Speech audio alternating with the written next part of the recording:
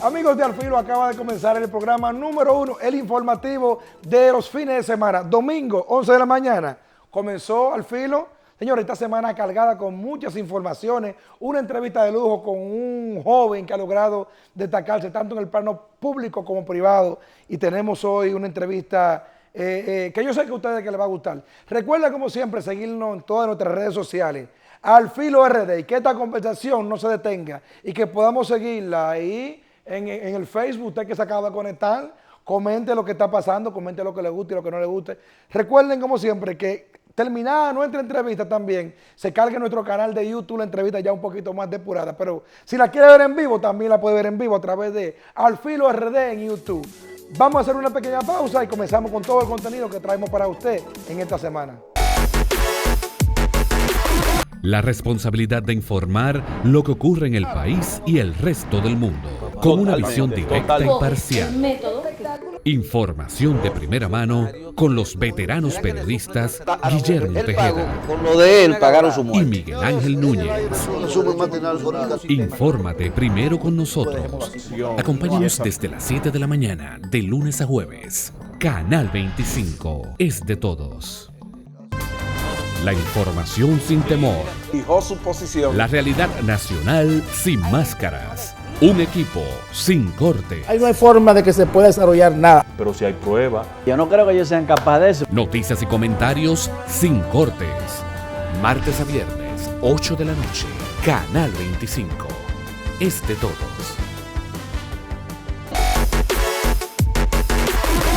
Amables televidentes, y estamos aquí en el set de los comentarios, donde abordaremos los temas que fueron noticia, que fueron tendencia, trending topic en todas las redes sociales esta semana por completo, y que usted quiera escuchar en cada uno de sus hogares. Bueno, guerra de encuestas, señores. Una guerra de encuestas, eso es lo que se ha armado aquí en la República Dominicana, con alrededor de unas 3 o 4 encuestas. Vimos solamente esta semana, vimos la Gallup, vimos la ABC Marketing. ¿Cuál otra encuesta vimos? Porque fueron muchas. Fueron alrededor de 4 o 5 encuestas diferentes. Ya usted en sus casas, pues usted evaluará cuál le convence, cuál no le convence. Yo creo que la Junta Central Electoral, que se logró colocar en la ley de partido este tema de regular las encuestadoras, exigiéndole decir el nombre, decir quién le contrató y para quién inclusive. Pero yo creo como que eso no ha sido suficiente para poder detener esta ola de las encuestas. Porque aquí cada quien aparentemente tiene su encuesta favorita. Aquí cada candidato tiene su encuesta de bolsillo. Y nadie pierde en la de él. Bueno, el grupo de Hipólito Mejía denunció, inclusive a través de su vocero, Eddie Olivares, que qué coincidencia, decía Eddie Olivares, que en las encuestas de Luis Abinader ganaba Leonel Fernández, candidato del PLD, y que en las encuestas de Leonel Fernández del PLD ganaba Luis Abinader en el PRM. Denunciando él, no sé el juicio, no sé las razones que le llevan a tomar esas conclusiones, denunciando así que hay algún tipo de alianza estratégica entre ambos polos. Yo no tengo los elementos la prueba para decir que es así, pero es mucha coincidencia realmente. No una encuesta, sino 2, sino 3, 4 en la encuesta ABC Marketing. Dice la encuesta ABC Marketing que favorece al precandidato Luis Abinader, donde dice que si fuera en una primera vuelta, tanto contra Leonel Fernández ganaría, como contra Gonzalo Castillo, en ambas, pues dice que ganaría. Pero, por otro lado, la encuesta Gallup, que no es igual que la Gallup, que tiene una reputación inmensa, pero es más conocida que la ABC Marketing, pues aquí las cosas cambian. Aquí el 58% favorece a Gonzalo Castillo y un 42% favorece a Leonel Fernández dentro del PLD, y ambos candidatos pues también hacia afuera pues tendrían algún tipo de ventaja frente al PRM. Lo que sí yo veo es una constante en todas las encuestas aquí, señores. Y es que el PLD, en su peor momento, porque yo creo que este periodo de los últimos 3 meses, yo creo que tiene que ser el peor momento político que vive el Partido de la Liberación Dominicana, PLD, es ahora. Sin embargo, en todas las encuestas aparece con un 50%. Una votación deprimida le da 45%. Una votación que super beneficia al PRM le da un 30, un 32 como demasiado. Entonces, ¿a qué nos lleva esa conclusión a nosotros, los que de alguna manera pues hacemos de la comunicación un modo de vida para conversar con ustedes a través de estos medios, tanto a través de las redes sociales como el caso de YouTube que nos están viendo ahora mismo y como también de Facebook? Pues el PLD aparece arriba en todas las encuestas como partido, tanto en la que emite el grupo que favorece a Leonel Fernández como la que favorece al candidato oficialista Gonzalo Castillo. Yo creo que esa constante, no creo que nadie finalmente la dude, de que el PLD, pese a todos los problemas internos que tiene, sigue contando con una amplia mayoría, aparentemente, según dicen todas las encuestas. Pero vamos a ver cómo continúa todo esto. Yo creo que sí, que este tema de las encuestas, independientemente de quién esté ganando, la Junta Central Electoral tiene que ponerle mucha atención, porque yo entiendo, creo y veo que esto como que se está festinando. Y si una empresa hace una encuesta, yo creo que tendrá que haber algún tipo de control.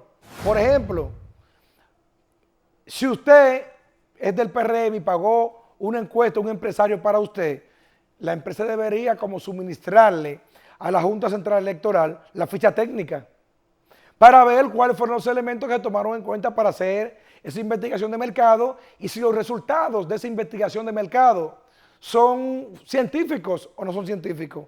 En nuestro caso, que somos mercadólogos de profesión en ejercicio, es fácil determinar cuando una encuesta no tiene la característica y el rigor científico. ¿Por qué? Porque no cumple con los elementos, porque no utilizó una fórmula de manera correcta, porque tenía una población finita y aplicó una fórmula infinita, o viceversa, tenía una población infinita y aplicó una fórmula finita. Que el cuestionario que utilizó era un cuestionario sesgado, que no pregunta de manera imparcial lo que la gente realmente necesita, lo que realmente a la gente hay que preguntarle, sino que condiciona. Porque yo puedo pagar una encuesta como empresario que favorezco el PRM, favorezco el PRD, y en mis preguntas yo favorecer a mi candidato. Por ejemplo, usted que está en su casa, no es lo mismo yo preguntar en una encuesta, en una investigación de mercado, ¿es María la joven más fea del sector Invivienda? A yo preguntar, ¿es María la mujer más bonita de Invivienda? Estamos hablando de la misma María, en el mismo lugar, pero la pregunta tiene dos connotaciones diferentes. Una quiere beneficiar y otra quiere perjudicar. La pregunta correcta no sería si es... No, la pregunta correcta no sería si es la más linda o si es la más fea, es si María es bella o si María es fea. No. Es quién es María, cuál es su opinión de María. Y si yo digo que María es linda, muy linda, también tengo que decirle que María es fea, muy fea. ¿Para qué? Para que no se sesgue la pregunta. Preguntar si hay una correcta distribución muestral para que el resultado sea científico, porque si una encuestadora avalada por la Junta no tiene un resultado científico, el resultado que se emana de esa investigación es una basura, no sirve. ¿Por qué? Porque no cuenta con los elementos de juicio, no cuenta con los elementos mercadológicos, técnico, profesional, para hacer una investigación de mercado. Eso es un arte, señores. Eso es una profesión, aunque en el día de hoy, en la República Dominicana, esté festinado. Wow.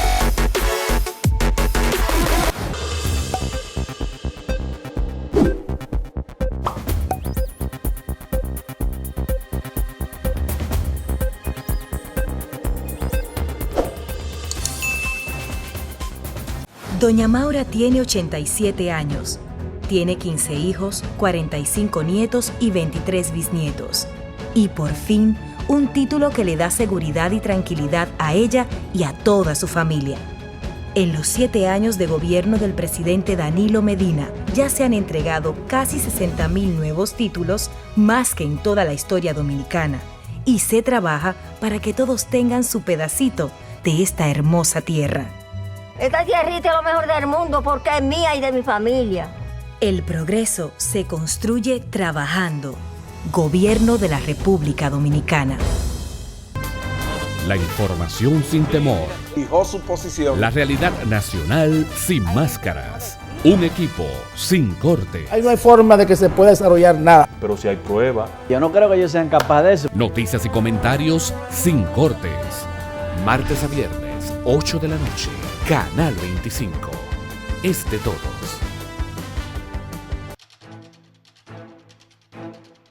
Desde el momento en que te planificas para viajar, un equipo técnico trabaja arduamente para que tengas un vuelo seguro. Mientras preparas tus maletas, vigilamos para que todos los procedimientos de navegación aérea estén listos de la manera más confiable. Antes que llegues al aeropuerto, nuestros técnicos dan los avisos, aprueban el plan de vuelo y coordinan la ruta para garantizar que llegue feliz a su destino. Durante tu chequeo, ya nos hemos asegurado que cada certificación, cada protocolo y cada norma aeronáutica haya sido cumplida. En el Instituto Dominicano de Aviación Civil trabajamos para supervisar y vigilar el cumplimiento de las normas internacionales sobre seguridad operacional de la aviación civil.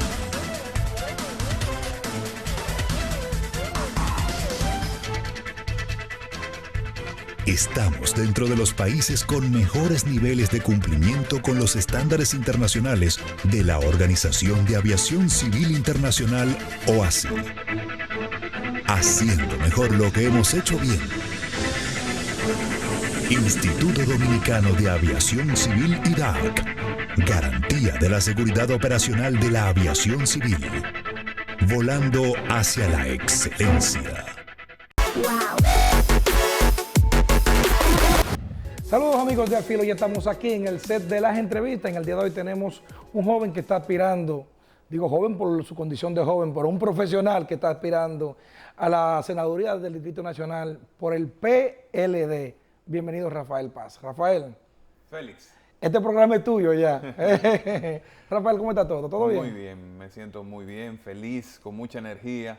Luego de un proceso intenso de recorrer las calles del Distrito Nacional, de vincularme con la gente, de absorber toda esa energía de las 70 comunidades. Rafael, una pregunta, excúsame que te interrumpo cuando vas a desarrollar tu tema.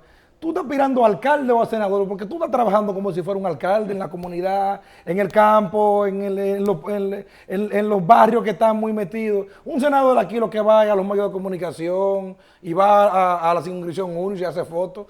¿Qué es lo que tú estás aspirando entonces? Tú sabes que mucha gente me pregunta eso y me dicen, pero ¿qué? Eso no son funciones de un senador, estar metido en los barrios, entendiendo la situación de las comunidades, entendiendo por qué en Capotillo no hay un club deportivo y cultural. Un senador normalmente no tiene dentro de sus prioridades las escuelas de Gualey o los puentes peatonales de Villafrancisca y Villa María, entre otras cosas, o las cañadas de los ríos y de los girasoles, o las escuelas de los kilómetros. Y yo les digo que un senador no solo tiene una función, no se dedica solo a someter proyectos de ley al Congreso Nacional, sino que además, tiene 2 funciones adicionales, es decir, un total de 3. Representar, que es la primera, representar a su comunidad, fiscalizar, que mucha gente cree que fiscalizar es pararse frente a una curul, plantear un tema de interés público, poner al gobierno contra la pared, montarse en una ola de comunicación y generar popularidad electoral. No, eso no es fiscalizar. Fiscalizar es garantizar a través de las comisiones que las leyes que existen se cumplan, pero también garantizar que el presupuesto se asigne y se ejecute de conformidad con las necesidades del territorio y las necesidades de la gente. ¿Y en cuántos barrios tú has vivido aquí en la capital, Rafael? Bueno, yo he vivido en varios, yo me mudé. No, porque según tú me estás diciendo a mí, tú me estás diciendo un problema de los kilómetros de aquí de la Independencia, un problema de Gualey, un problema de los girasoles. ¿En cuántos lugares tú has vivido o cómo tú sabes todo eso? Es que yo tengo años en contacto con las comunidades y me he dedicado a desarrollar un diálogo estructurado con la comunidad. Una actividad de Rafael Paz no es un meeting donde doy simplemente un discurso, es un espacio de comunicación de dos direcciones, donde yo escucho a la comunidad y sus principales problemas. Desde hace meses inicié esta tarea, primero en grupos pequeños, con juntas de vecinos, clubes deportivos, en un proceso muy bonito, muy rico, que ha ido floreciendo. Entonces ahora son grupos mayores, donde hay, por ejemplo, basquetbolistas, jóvenes que juegan al fútbol, mujeres que son técnicos y especialistas en estilismo. En las distintas áreas de la sociedad, yo me considero un hombre de pueblo, un joven que tuvo la oportunidad, el gran privilegio de vivir en el campo y la ciudad. Y eso, Félix, me dio el privilegio, la posibilidad de entender la sociedad en todas sus dimensiones, por arriba, por abajo, Rafael, por el medio. entonces, ya que tú conoces los problemas de la comunidad, te das cuenta que hay una deuda social acumulada muy grande en los sectores populares de la República Dominicana, pero tú no estás aspirando a ser ministro de Obras Públicas. ¿Cómo tú vas a resolver esos problemas o ayudar a resolver esos problemas? Mira, un senador es un gestor, es el llamado a conectar la necesidad de la comunidad y del territorio y de la gente con la oferta pública de servicios. Tiene además la función constitucional de aprobar y votar el presupuesto nacional. Tú ves a los legisladores, a los senadores de las provincias que viven peleando por sus escuelas, por sus carreteras, sí, claro, por sus presas. En el Distrito Nacional eso no sucede. Y yo he dicho que cuando Rafael Paz sea el senador del distrito, eso se acabó. Yo voy a ser un senador comunitario. Por eso he planteado de manera clara, concreta, decidida, que voy a sacar la oficina del senador del Palacio del Congreso. La voy a llevar a la comunidad, voy a establecer 3 oficinas de gestión senatorial, una en cada circunscripción, con un equipo humano, cercano, político y técnico, que además tenga un enlace o núcleos de trabajo en las comunidades, de forma tal que podamos hacerle seguimiento a lo que son las urgencias, pero también a 3 necesidades puntuales con las que me voy a comprometer. Y me voy a dedicar a lograr que en los presupuestos de las instituciones claves que deben resolver esos 3 temas, digamos por ejemplo en el caso de los ríos, que hay 3 necesidades fundamentales. ¿Cuáles son esas? La Cañada, el Politécnico que tiene 16 años construyéndose y un polideportivo. Entonces es trabajar junto al ministro de Deporte, el ministro de Educación y la CAS para que se establezca dentro del capítulo presupuestario de esas instituciones los fondos necesarios para atender esas prioridades. Y voy a establecer las asambleas legislativas populares. ¿Qué significa esto? Que voy a llevar a estos titulares de las instituciones señaladas a la comunidad y los voy a comprometer frente a las juntas de vecinos, a los clubes deportivos y a todo el liderazgo religioso, económico, con la solución de esos temas. Esa es mi visión del ejercicio senatorial desde una perspectiva comunitaria. Tú sabes que si tú haces eso te va a echar una clase política en contra por completo.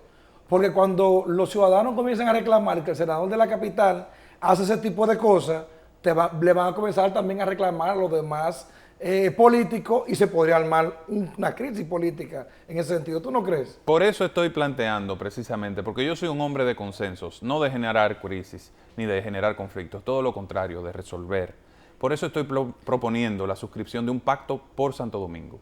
Aquí hay un senador, ¿y quién estaría involucrado en ese pacto? Hay 18 diputados, un alcalde y 37 regidores, que estamos llamados a representar el territorio y a trabajar con esas necesidades. Y lo que voy a proponer es que estas 3 prioridades por demarcación, unas 210 acciones, sean incorporadas como un compromiso de todos de cara a las próximas elecciones, cuando seamos electos el próximo 6 de mayo, candidatos oficiales del Partido de la Liberación Dominicana y con Dios por delante, el 17 de mayo del 2020, electos en mayoría los candidatos del Partido de la Liberación Dominicana a esas posiciones. Tú sabes que las provincias, o muchas de las provincias, yo conozco, por ejemplo, en el caso de San Cristóbal, donde yo soy, otra provincia, tienen un plan de desarrollo provincial en la mayoría.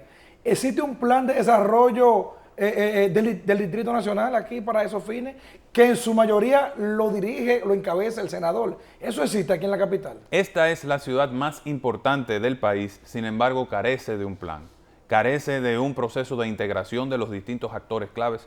Si hubiera un plan, por ejemplo, en Villas Agrícolas, se hubiera construido hace tiempo una extensión de Infotep para lograr que todos esos jóvenes de la circunscripción 3 pudieran entrenarse en términos técnicos profesionales e insertarse en la gran cantidad de industrias que existen, no solo en Villas Agrícolas, sino en sus alrededores. Villas Agrícolas es la capital industrial del Distrito Nacional. Hay 42 industrias instaladas. Sin embargo, la gente de allí no trabaja en esas industrias en su mayoría porque no tienen la formación ni las competencias.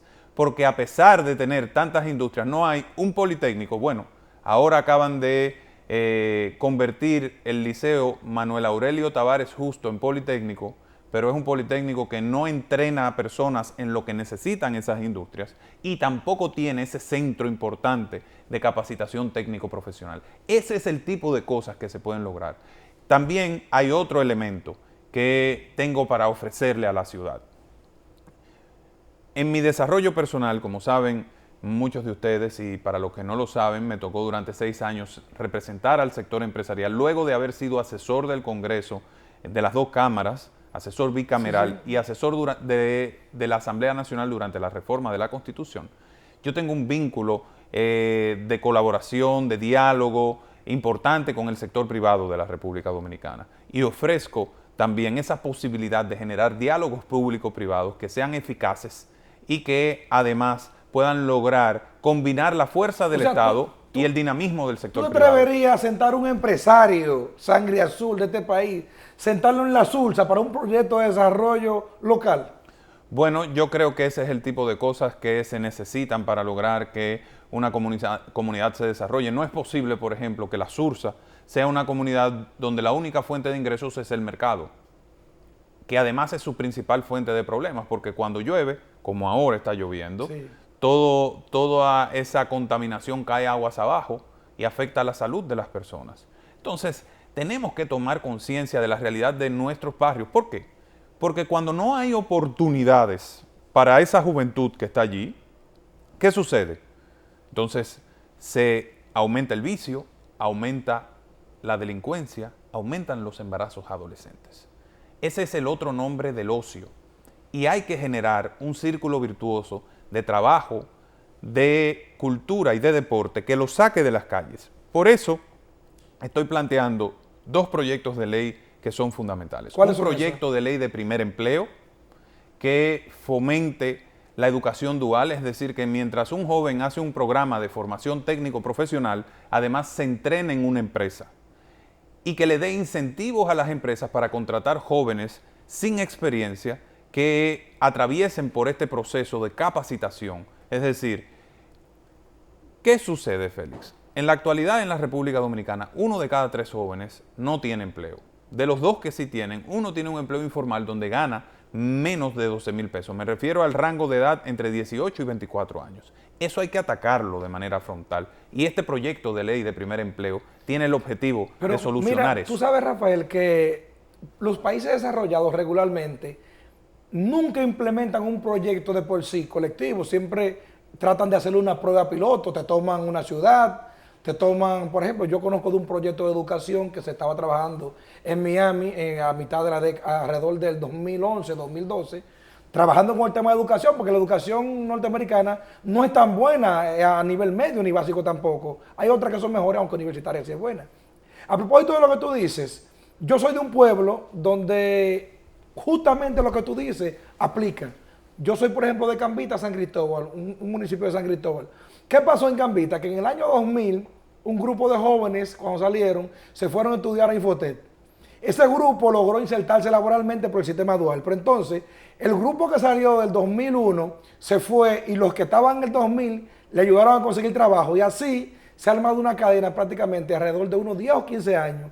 ¿Y qué pasa con los jóvenes? Que en su mayoría cuando terminan la universidad, el bachillerato, no todos se van a la universidad, un gran grupo se va a Infoten. Entonces Cambita, sin ser un pueblo que no produce absolutamente nada, no tiene empresa, tiene un desempleo más bajito que muchos otros municipios, por lo cual veo ese proyecto. Y tú has conversado con Karen Ricardo, que tiene algo parecido también aquí ahora mismo. Bueno, mira, yo soy un gran creyente, Félix, de la educación politécnica también. El caso de San Cristóbal es un caso paradigmático porque no es solo el caso de Cambita, también tienes el caso del Politécnico Loyola. ¿Qué sucedió con el Politécnico Loyola? Sí, un asunto de respeto. El Politécnico Loyola llegó a un acuerdo con la empresa IMCA, Implementos y Maquinarias. Sí, sí. Y con INCA, entonces rediseñaron el currículum, la currícula del Politécnico, fortalecieron la base de STEM, que es Science, Technology, Engineering and Math, ciencia, tecnología, ingeniería y matemáticas, y además entonces crearon un módulo especial de mecánico diésel de nivel número 6, que era lo que necesitaba INCA, que no lo encontraba en el mercado local. ¿Qué sucede ahora? Los jóvenes que se gradúan de ese programa encuentran un trabajo seguro en esa empresa y esa empresa está consiguiendo el personal técnico calificado que antes no encontraba. Entonces se generó un círculo virtuoso que termina beneficiando a esos jóvenes que pasan a un nivel técnico a ganar un dinero importante y les permite ahorrar y luego entonces inician su educación universitaria y terminan su ciclo formativo. ¿Cuál es el problema de la República Dominicana? Que estamos graduando a los jóvenes del bachillerato, no le estamos enseñando herramientas prácticas que le permitan insertarse en el mercado laboral, los mandamos a una universidad donde van a pasar mínimo 4 años. Estudiar lo que sea. A estudiar algo que no se necesita, muy posiblemente, carreras como Derecho, aquí hay 80,000 abogados, ya no se necesitan más abogados, pero carreras importantes que requieren fortalezas y destrezas en matemáticas como la ingeniería eléctrica, electromecánica, la ingeniería civil y otros tipos de ingeniería, entonces están técnicamente desocupadas porque no hay una alineación. Mira, por ejemplo, el 80% de los municipios de la República Dominicana vive de la agricultura. Sin embargo, la cantidad de técnicos agrónomos que tenemos y que se forman en el país es considerablemente bajo. Entonces, en el caso del Distrito Nacional, tenemos que poner en marcha un plan de fortalecimiento de la educación politécnica. Aquí apenas hay 16 politécnicos en la capital, una ciudad de 1 millón de habitantes con la plataforma empresarial más importante del país. Entonces, tenemos que entrenar a nuestros jóvenes para aquellas cosas que se están demandando en el mercado laboral, para que esos jóvenes puedan acceder a una oportunidad que les permita construir su propio destino a través de su esfuerzo propio. Esa es mi visión y eso quiero impulsar a través de ese proyecto de ley de primer empleo. El segundo componente o el segundo proyecto de ley es un proyecto de fomento de clubes deportivos y culturales. Yo soy un gran creyente. Y aquí no existe eso en este país.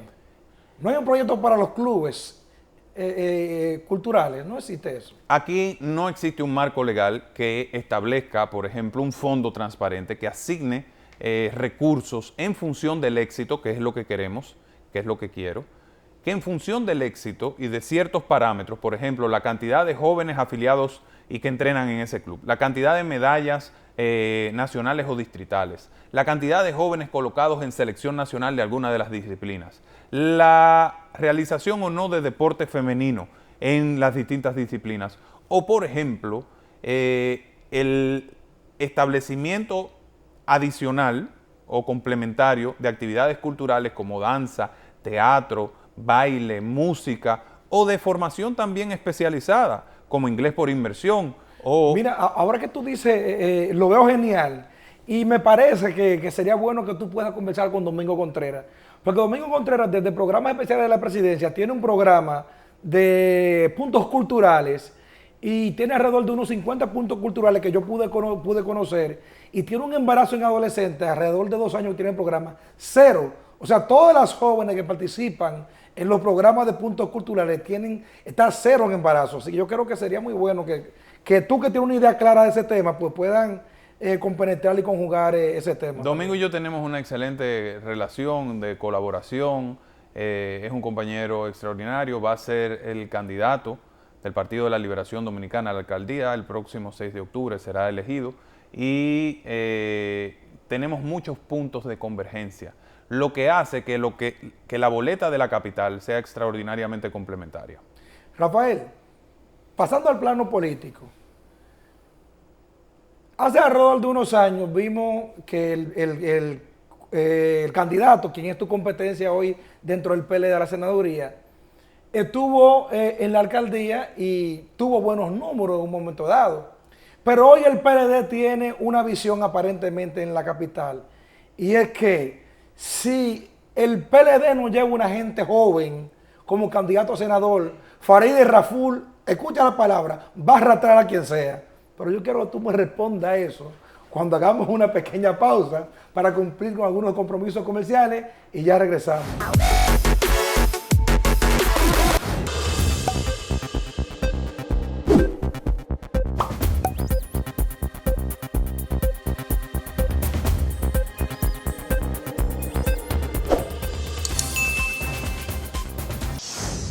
La empresa de generación hidroeléctrica dominicana EGI, en temporada ciclónica, recomienda tener a mano linternas de batería, fósforos y estar atentos a los boletines de las autoridades de emergencia. EGI, líder en energía limpia.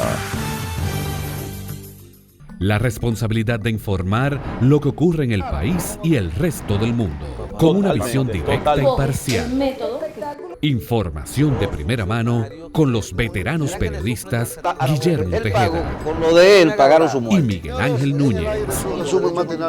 Infórmate primero con nosotros. Acompáñanos desde las 7 de la mañana, de lunes a jueves. Canal 25 es de todos.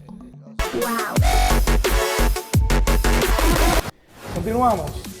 Rafael, aparentemente el PLD tiene los números para ganar fácil en la capital, pero ¿es voz populi que Farideh Raful va a arrasar a la senaduría? Mira, yo creo que en la coyuntura actual hay dos caminos. El Partido de la Liberación Dominicana tiene dos caminos. Vamos a ver, camino número uno. O elige un candidato que encabece la boleta y lo lleve a la victoria, un candidato fresco, un candidato con una trayectoria y un conocimiento de los temas legislativos y con un vínculo cercano con la dirigencia y con la gente, un candidato sin cola que le pisen y sin tasa de rechazo. Ese es el camino hacia la victoria. Pero tiene un segundo camino. El Partido de la Liberación Dominicana también puede elegir un candidato que encabece la derrota. Y voy a abrir un paréntesis aquí. En el Distrito Nacional no ha ganado nunca la senaduría del distrito un candidato que haya sido derrotado en unas elecciones generales en el Distrito Nacional. Espérate, vamos a ver. O sea, una persona que ha perdido una posición nunca ha ganado a senador. Una persona que haya perdido alguna posición local en elecciones generales nunca ha ganado la senaduría del distrito. Todas las figuras que han ganado la senaduría del distrito son figuras que van en un proceso ascendente de su carrera. Nadie descendiendo. Ninguno descendiendo. Hablamos de figuras, por ejemplo, como Salvador Jorge Blanco, que iba en un proceso ascendente. Como Jacobo Masluta, que iba en un proceso ascendente. Como Milagros Ortiz Bosch, que iba en un proceso ascendente. Como José Tomás Pérez, que iba en un proceso ascendente. O como Reinaldo Pared, que cuando fue elegido por primera vez, iba en un proceso ascendente de su carrera política. Ninguna figura en el ocaso de su vida política tampoco ha ganado en el Distrito Nacional.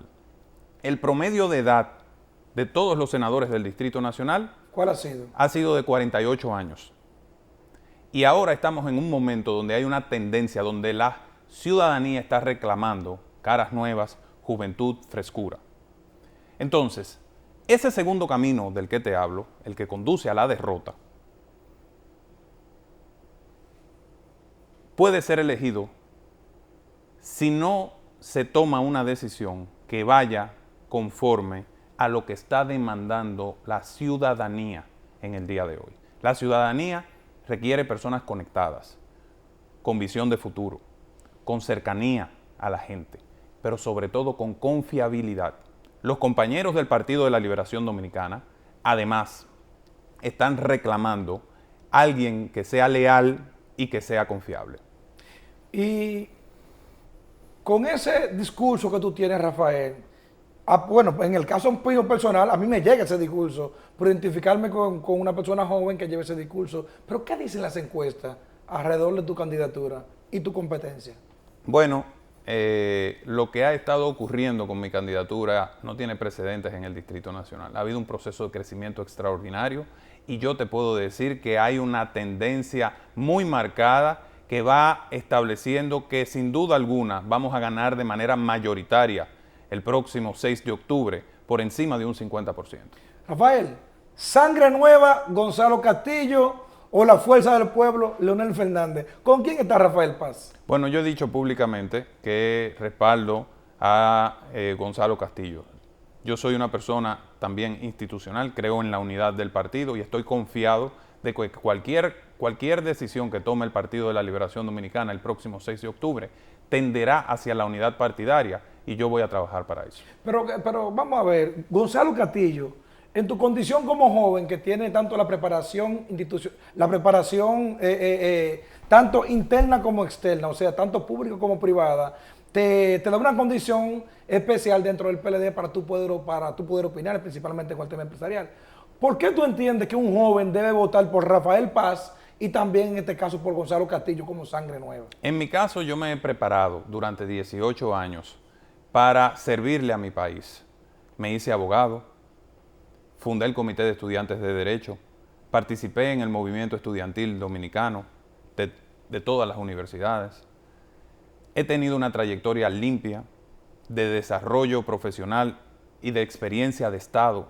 Yo he estado en la Procuraduría General de la República, en la Junta Central Electoral, en la Suprema Corte de Justicia, en el Congreso Nacional. He sido el único asesor bicameral, es decir, de las dos cámaras del Congreso en los últimos 30 años. Participé en la reforma constitucional y soy redactor de varios de los artículos de la Constitución actual. Soy corredactor de los reglamentos de ambas cámaras y de la ley del Tribunal Constitucional, de la ley del Tribunal Superior Electoral, de la ley de las Fuerzas Armadas, de la ley de declaración jurada de patrimonio. Espérate, Rafael, espérate, porque aquí hay un problema. Es que a mí los años no me dan. ¿Y qué edad tú tienes? ¿54, 60 años? Yo tengo 36 años. Lo que pasa es que... ¿Y cómo que una gente con 36 años ha tenido una trayectoria tan dilatada, es la palabra, tan dilatada en instituciones importantes y en procesos importantes en este país? Porque yo me dediqué a aprovechar mi tiempo, a trabajar 16, 17 y 18 horas al día durante mis años de soltería. Porque puse mucho énfasis, Félix. ¿Tú sabes por qué? Porque yo no tenía un papá empresario ni con una oficina de abogados que me diera una oportunidad. Yo tenía que construir mi propio nombre. Yo tenía el reto de demostrarle a la sociedad que tenía valor y de conquistar espacios que para un joven que viene de campo no están abiertos. Yo tenía el hambre de un futuro mejor, no solo para mí, sino para mi país. Y por eso me dediqué a aprovechar cada segundo, cada minuto, cada espacio de tiempo y a demostrarme a mí mismo, a mi familia y a mi sociedad de que yo era un hombre de valor, que podía agregarle valor al país. Pero aquí entonces como conversando contigo van surgiendo cosas. Pero Rafael Paz dirigió prácticamente, digo dirigió porque fuiste la cara visible del CONEP, que es el principal institución empresarial de la República Dominicana. Entonces Rafael Paz no es sangre azul de que su papá era multimillonario y que le dejó una fortuna de 200 millones de dólares. Porque ¿cómo tú dirigiste el CONEP siendo pobre? Yo no entiendo eso. Por mérito, porque fui creciendo en mi vida, me fui desarrollando, me hice un profesional exitoso, me gané el respeto de muchas personas. Mis primeros trabajos me lo dieron mis profesores, Félix. Mi profesor de Derecho Constitucional, el coordinador de mi carrera, mi profesora Aura Celeste Fernández en la Junta Central Electoral. Me gané el respeto de los congresistas y luego entonces fui ganando espacio, terreno, fui profesor universitario, fui profesor de media, me fui a estudiar fuera, estudié gobierno y gerencia pública y me preparé. Y ese conocimiento ha sido lo que me ha permitido abrir puertas en mi vida. Y a la par le he dado oportunidades a muchos otros jóvenes talentosos. Yo soy un gran creyente en la meritocracia, en el actuar derecho, en ser transparente y en ser responsable. Y yo creo que además de todo, tengo la bendición de Dios que me ha abierto caminos, porque yo tengo un corazón cristiano. Y Dios ha sido fundamental también para todo lo que ha sucedido en mi vida. Rafael, vimos declaraciones tuyas en los medios de comunicación hace alrededor de unas 2 o 3 semanas, que fue tendencia prácticamente, posiciones fuertes con respecto a inclusive a la pena de muerte u otros señalamientos referentes a castigo por delitos cometidos. Esta semana ocurrió un hecho que consternó a la sociedad dominicana y fue la muerte de un niño. 2 atracadores van a robar a una persona un celular y como se resistió, pues intentaron detenerlo y tiraron y mataron a un niño. ¿Cuál es tu posición referente a ese caso? Me gustaría saber tu opinión. Yo dije que aquí tenemos que abrir un debate serio sobre el endurecimiento de las penas. Y he planteado también un proyecto de ley para modificar el Código Procesal Penal. Porque, ¿qué sucede, Félix? A ti te roban este celular y para que a ese ratero lo puedan procesar, tú tienes que poner una querella, constituir un abogado y darle la cara en el tribunal. La gente no lo hace. Entonces, el celular cuesta 5,000 pesos y tengo que gastar 15,000 para meterlo preso. No, 15 no. Porque contratar a un abogado y darle seguimiento a una causa durante 1 año y después apelación y después la Suprema es una locura de inversión. Entonces, ¿qué sucede? ¿Qué tú propones, la gente no lo hace.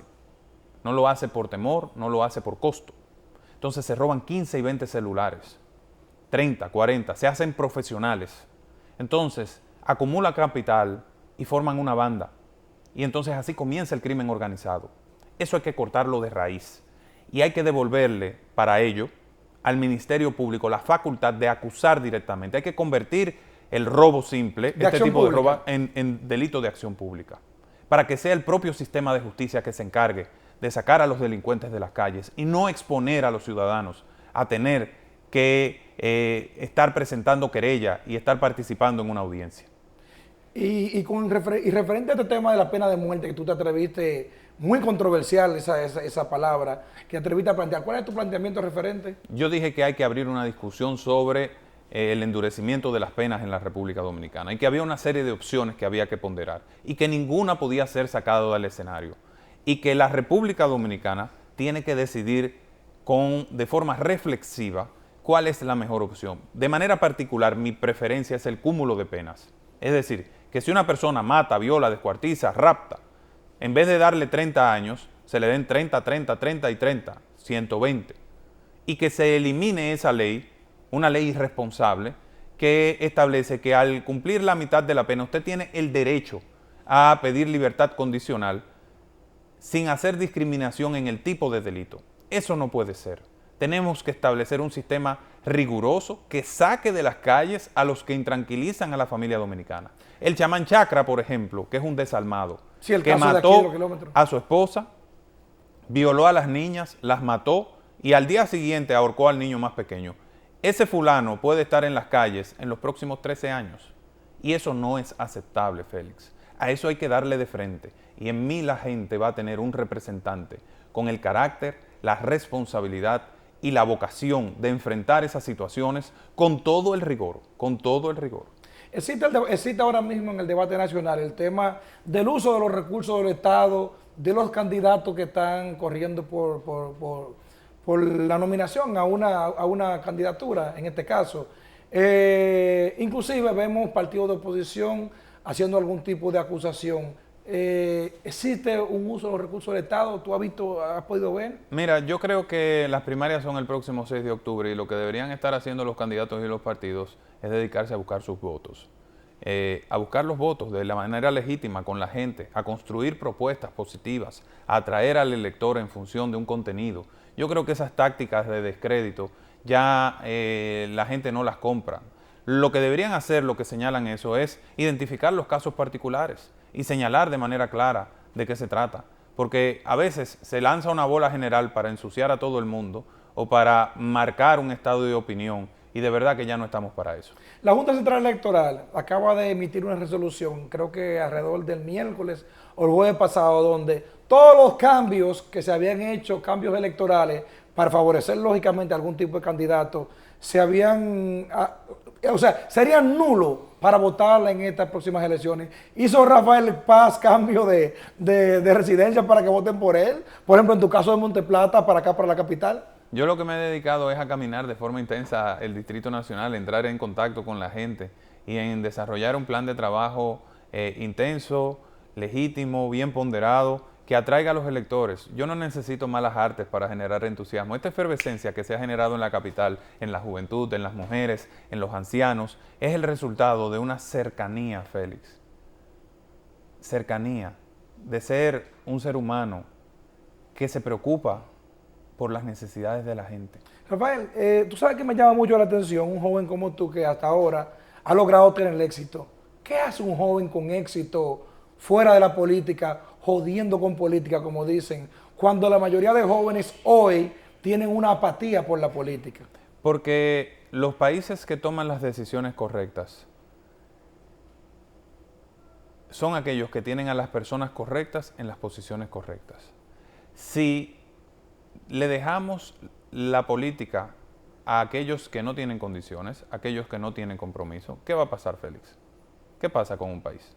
No tomarán ellos la decisión por todos nosotros. Correcto. Entonces, hay muchos jóvenes valiosos que han decidido en una etapa más temprana o más tarde insertarse en la política. En mi caso particular, yo soy simpatizante del Partido de la Liberación Dominicana y activista desde los 14 años. Yo tengo 22 años de militancia en el Partido de la Liberación Dominicana. Me hice miembro cuando cumplí 18 años de edad. Y luego me tuve que volver a ser miembro otra vez por un problema de los padrones del partido. Te sacaron, esos padrones antes se arreglaban, se dañaban, 2 padrones, uno de Juan y otro de Pedro. Entonces, ¿qué resulta? Que yo decidí que mi desarrollo profesional primara por encima, o digamos que fuera el factor que hiciera que la gente me conociera. Y aunque ejecuté tareas políticas importantes, siempre lo hice en un perfil mucho más bajo. Y trabajé en las bases del partido, principalmente en Monteplata en aquel tiempo de adolescencia, y luego en tareas políticas de importancia aquí en el Distrito Nacional, desde el Senado, trabajando para lograr construir, por ejemplo, un discurso que ganara las elecciones en el año 2010, aquel documento que utilizó el secretario general para presentar la obra legislativa del PLD en contraste con la del PRD, fue un documento elaborado por mí y fue parte de mi trabajo político. A mí me tocó representar al compañero Wilton Guerrero en el caso Paya, por ejemplo, o a Ramón de la Rosa, o a, que era senador de San Juan de la Maguana, o a Diego Aquino, y ejecutar otras tareas de importancia. Yo participé en el comité de campaña de la juventud de la JPLD en el año 2004. Pero el PRM dice que su partido es el partido de las oportunidades, porque el PLD le cierra la puerta a la juventud. ¿Qué de falso o de cierto tiene eso entonces? Mira, yo creo que hay muchísimos jóvenes valiosos en el Partido de la Liberación Dominicana. Obviamente, hubo una generación del PLD que estuvo muy briosa durante muchos años y mantuvo el liderazgo férreo de una forma importante y por un tiempo prolongado.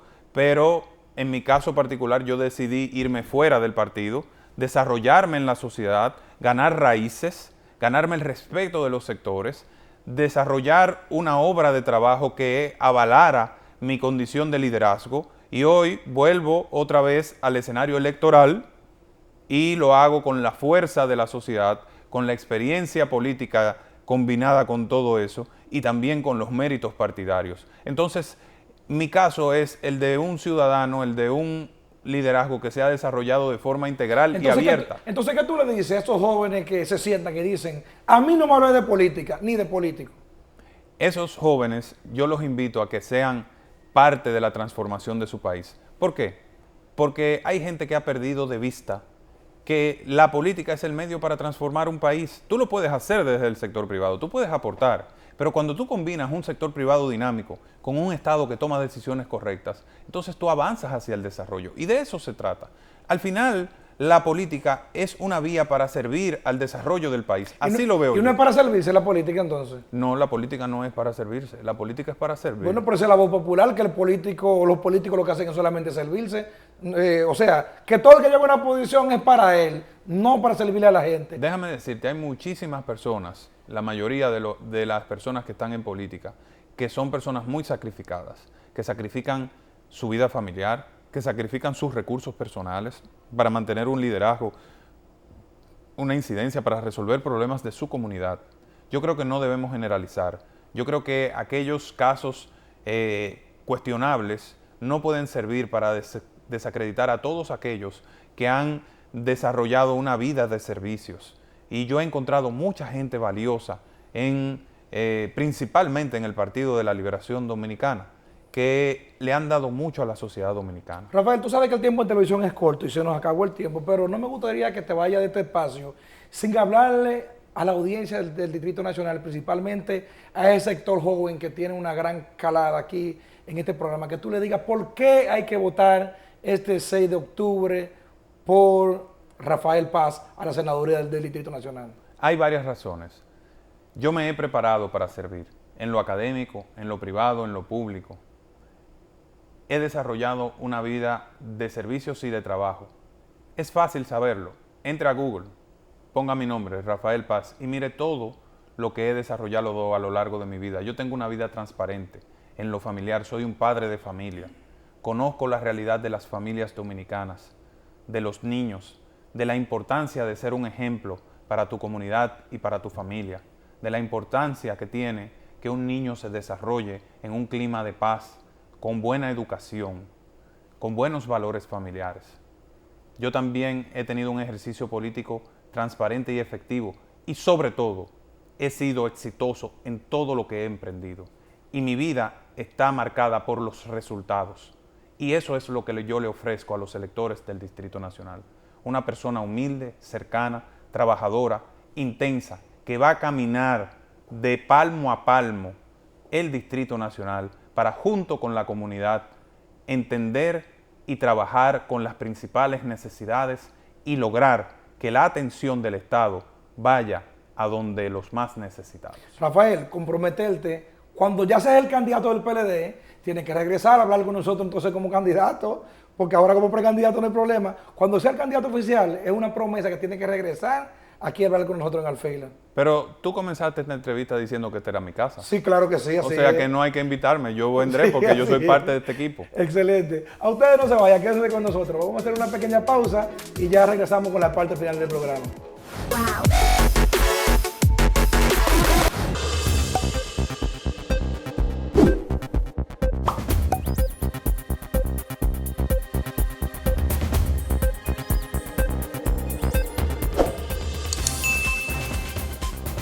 La matriz de generación es el eje principal del Plan Integral Eléctrico. Desde el 2012, con inversión privada y facilidades del sector público, diversificamos y aumentamos la oferta. Incrementamos la generación con gas natural, energía renovable, combustibles no dependientes del petróleo y con los 752 megavatios de la estatal Central Termoeléctrica Punta Catalina, lograremos agregar 2.049 megavatios nuevos al 2020. En 8 años hemos duplicado la capacidad de generación eléctrica del país. Estamos cumpliendo, garantizando energía suficiente y verdaderamente competitiva, avanzando juntos hacia la solución definitiva.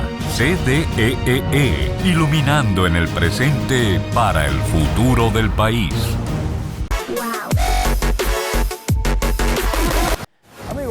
Gracias por quedarse con nosotros. Sabemos que es una hora un poquito incómoda, pero el que usted se quede una hora sentado completo viendo este programa nos llena de mucha satisfacción y nos obliga, como siempre, toda la semana, a tener un mejor contenido para que usted se quede en su casita y siempre se quede al filo. Nos vemos. Hasta la próxima semana.